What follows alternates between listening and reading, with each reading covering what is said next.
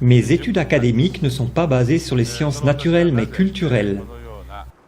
Même pour moi, cela reste un mystère d'expliquer comment je suis arrivé à trouver cette méthode. Le mode conventionnel de raisonnement de la science traditionnelle n'était pas suffisant pour pénétrer le monde de l'invisible. Il y a 15 ans, je suis rentré des USA avec un appareil de mesure de vibration appelé MRA. Je pouvais, grâce à lui, transférer des informations vibratoires dans de l'eau à microcluster, un type particulier d'eau, et j'ai créé de l'eau Hado. On put guérir de nombreux symptômes de maladie grâce à cette eau. Plus de 10 000 personnes furent traitées ainsi. Le concept de l'eau pouvant guérir à elle seule fut dur à accepter par beaucoup de gens, en particulier les médecins. La capacité de l'eau à conserver de l'information avait déjà été avancée par certains savants radicaux, mais cela restait à prouver. Je me creusais la tête chaque jour pour trouver une réponse. J'y ai appris qu'il n'y a pas deux flocons de neige identiques. J'ai pensé, oh, des flocons de neige! La neige, c'est de l'eau. Si la neige fait des cristaux, alors l'eau doit aussi en faire lorsqu'elle est congelée.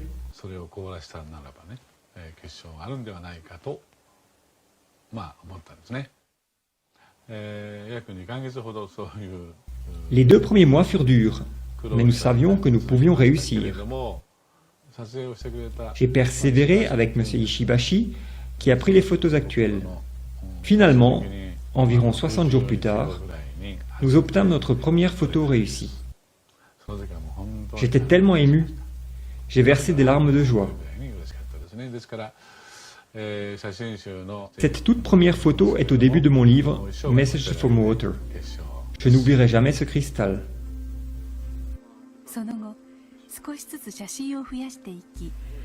Depuis, nous avons graduellement agrandi notre collection de clichés en accumulant des données. Certaines des eaux examinées ne montrèrent aucune formation cristalline. Regardez l'exemple de l'eau du robinet.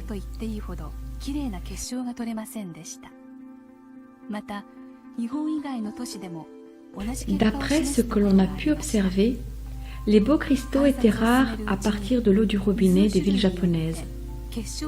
C'est aussi le cas pour l'eau de certaines villes étrangères. Poursuivant nos recherches, nous découvrîmes que certains types d'eau produisaient de magnifiques cristaux alors que d'autres non. Comment sont photographiés les cristaux d'eau congelée?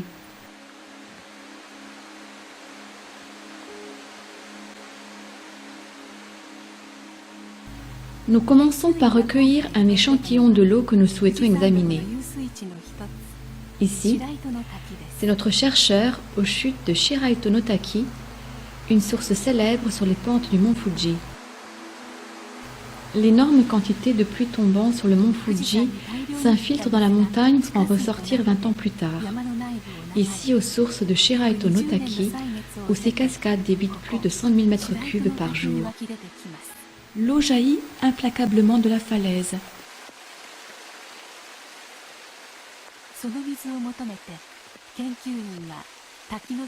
Notre chercheur s'approche du pied de la cascade et remplit un flacon d'eau fraîche.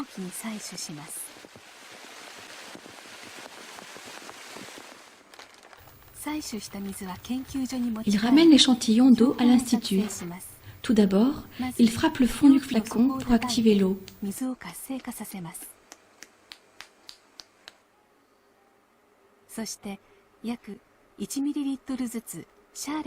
Puis, il la répartit en gouttes de 1 ml dans chaque boîte de pétri. Pour obtenir une tendance cristalline plus précise, on réalise une 50aine de congélations de chaque échantillon d'eau.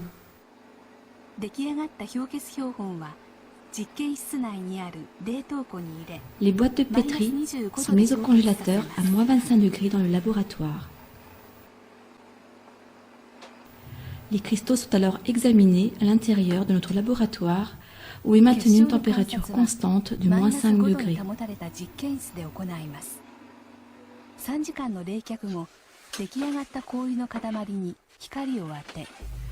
3 heures plus tard, nous observons les pointes de chaque bloc gelé au microscope.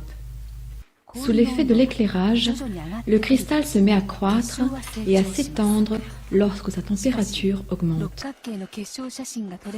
D'ordinaire, seuls quelques cristaux parmi la cinquantaine montrent une belle cristallisation hexagonale. Quel genre de cristaux va nous montrer l'eau des chutes de Shiraito no Taki? Un magnifique cristal hexagonal se développe lentement à partir de 6 angles du cœur de l'hexagone, paré de délicates ramifications.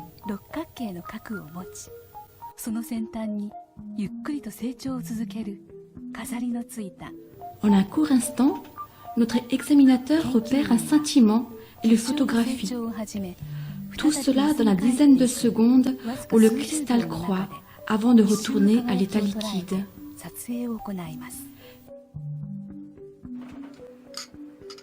Une vue de côté révèle une protubérance au sommet. Ceci est dû au fait que le cristal ne se développe non pas en 2, mais en 3 dimensions à partir du centre.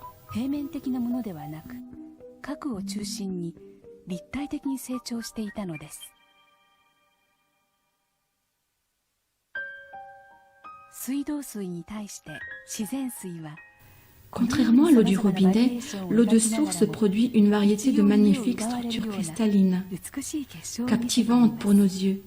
C'est l'eau qui nous révèle un autre aspect d'elle-même.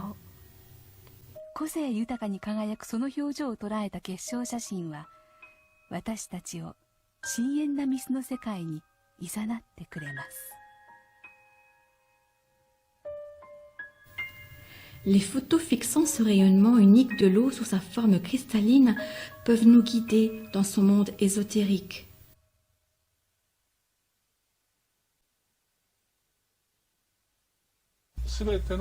Tout ce qui existe vibre. La science ne peut nier cela.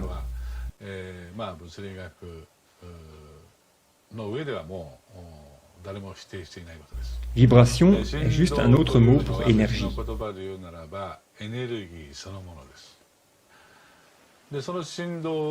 Alors, comment se transmettent les vibrations? Je crois que c'est par l'eau. Les cristaux hexagonaux représentent la force de vie de Mère Nature. En conséquence, l'absence de cristaux hexagonaux peut être interprétée comme un signe que les forces de vie ont été corrompues énergétiquement dans cette région. C'est une des choses que nous avons apprises durant les 8 années passées.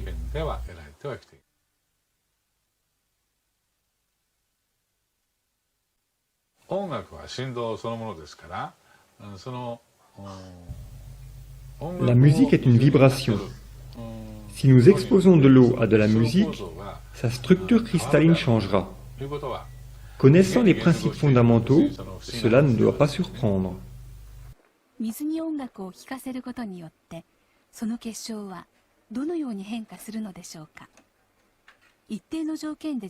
Comment est-ce que le cristal change lorsqu'on expose de l'eau à de la musique?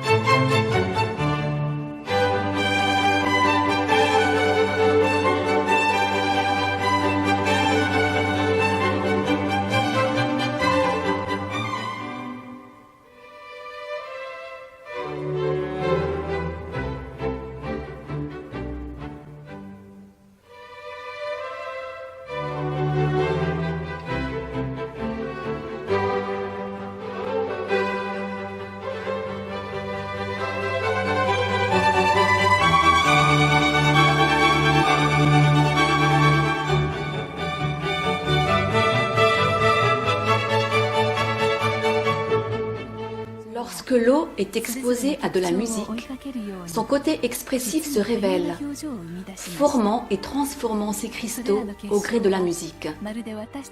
C'est comme si le cristal était le reflet de nos propres émotions.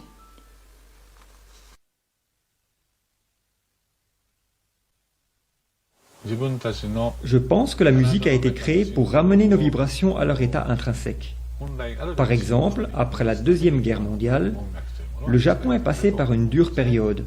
son peuple souffrant comme jamais. C'est ce qui a engendré beaucoup de changements positifs durant cette période. Chaque région, chaque communauté a sa propre histoire. C'est dans la nature humaine de créer de la musique qui réajuste les vibrations distordues par l'histoire. C'est pourquoi j'ai la conviction que la musique est d'abord une forme de thérapie avant d'être un art.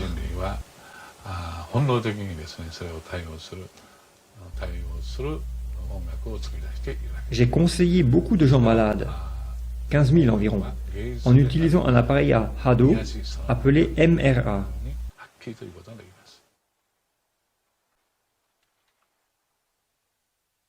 Nombreux ont été guéris et sont mentionnés dans mes livres. Beaucoup demandent encore mon aide actuellement, mais tous ne peuvent pas venir ici.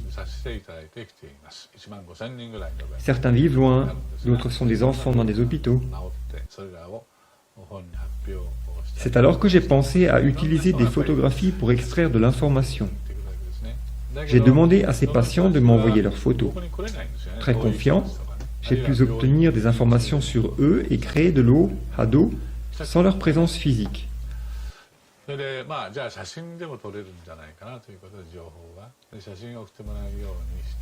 Ceci a aidé à guérir beaucoup de gens. Parfois, pourtant, je ne peux même pas obtenir de photos, comme dans la plupart des cas urgents. Mais je continue à vouloir traiter cet enfant ou cette personne.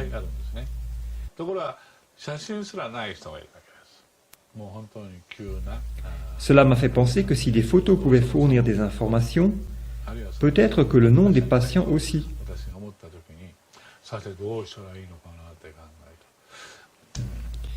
J'ai mesuré l'ADO à partir du nom d'un patient et ai constaté que cela fonctionnait.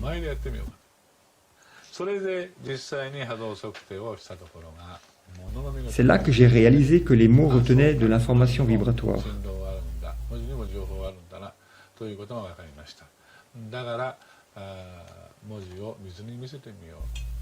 J'ai alors essayé de soumettre l'eau à des mots écrits.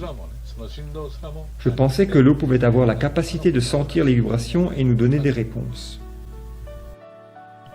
Le premier mot que nous avons testé avec l'eau fut arigato, merci en japonais. Il en résulta la formation d'une magnifique structure cristalline.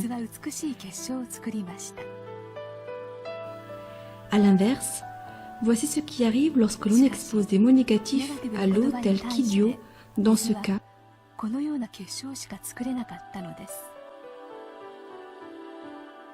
ou la phrase « Tu me rends malade, je vais te tuer ».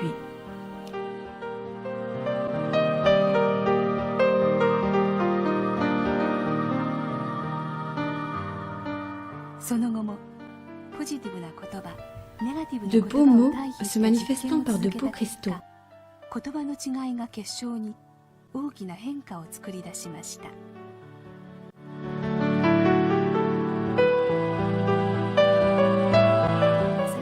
En nous apparaissant sous sa forme cristalline, l'eau nous laisse voir le pouvoir caché derrière les mots.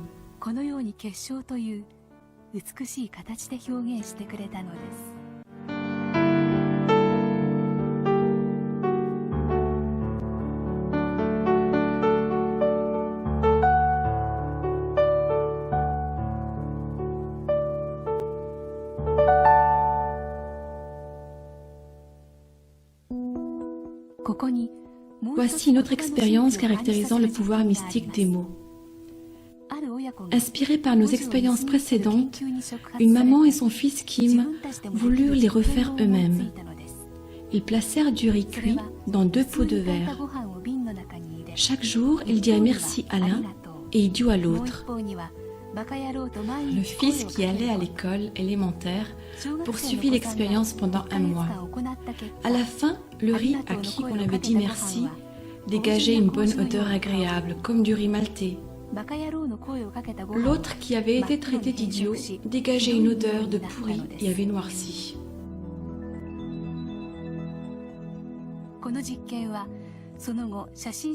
Cette expérience gagna en renommée auprès des lecteurs des messages de l'eau.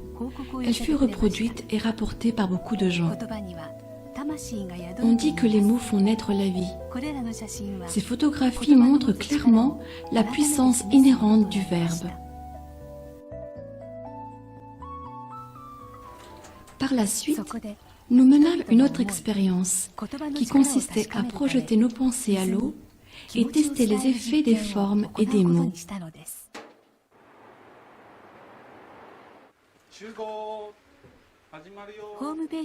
Grâce à notre site internet, nous avons rassemblé un groupe de volontaires pour nous aider à réaliser cette expérience. 4 groupes de parents et leurs enfants y participèrent. Dans cette expérience, nous utilisâmes 2 flacons d'eau du robinet de Tokyo. Notons que la tendance à ne pas cristalliser. Tous les participants expriment leur gratitude en pensée, les yeux fermés au premier flacon. Puis ils observèrent les changements dans l'eau. Merci, eau. Nous t'aimons, eau. Nous prendrons soin de toi, eau.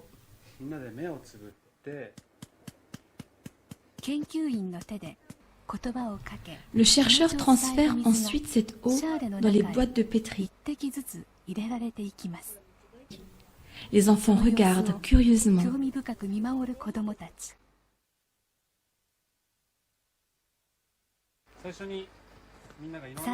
3 heures plus tard, l'eau congelée est prête pour l'observation.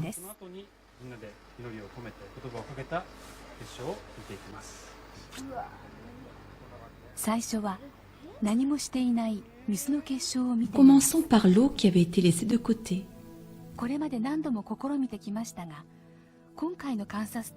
Comme tellement souvent lors des fois précédentes, nous observâmes une fois de plus une totale absence de beaux cristaux dans l'eau de Tokyo.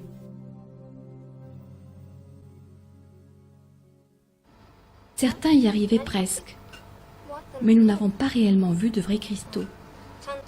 D'autres étaient franchement laids à regarder. Nous n'avons pas vu un seul cristal. Puis, on examine l'eau qui avait été exposée aux bonnes pensées. Les enfants fixent l'écran avec attention.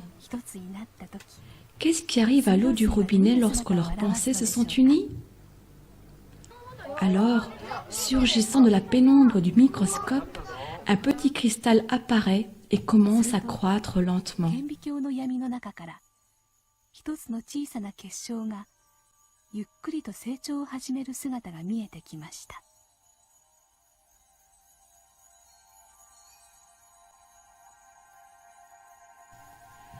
Un grossissement plus fort révèle l'émergence soudaine d'un cristal unique, clair et simple, comme pour incarner la pensée des gens qui s'étaient rassemblés.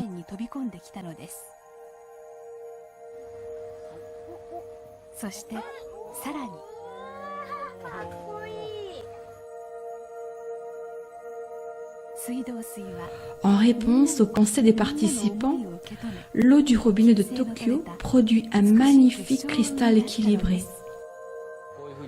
Aurais-tu imaginé voir des cristaux comme celui-là? Non, je ne pensais pas. Comment t'es-tu senti quand tu as vu le cristal? C'était fascinant. J'étais un peu sceptique quant au résultat. Que nos pensées puissent affecter l'eau. Mais maintenant que j'ai vu, je sais que c'est vrai.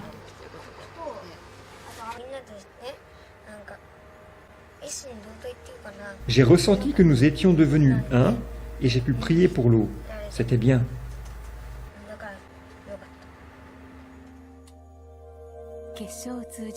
De par la cristallisation, l'eau nous dit qu'elle peut agir comme un miroir pouvant réfléchir nos pensées.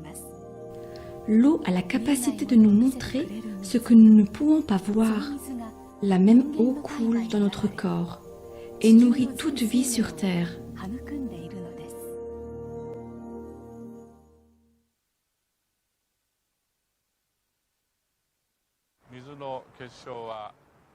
Dans certains cas, l'eau produit de magnifiques cristaux hexagonaux, alors que dans d'autres, pas du tout, ou des cristaux déformés.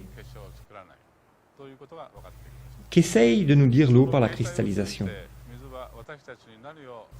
Personnellement, je crois que Mère Nature est à la racine de tout. Tout ce qui est en accord avec Mère Nature se manifeste par une magnifique structure hexagonale. Tout ce qui ne l'est pas n'en fait pas. Je crois que c'est peut-être le message que l'eau essaye de nous transmettre en s'utilisant elle-même comme médium. Il est important pour l'eau autour de nous de ne produire que de beaux cristaux hexagonaux. C'est pourquoi je ressens que c'est de notre devoir de maintenir notre environnement propre. Les cristaux nous disent ce qui est important pour notre planète et ses habitants. C'est le message que nous pouvons utiliser pour nous projeter en avant lorsque nous commençons à contempler le futur.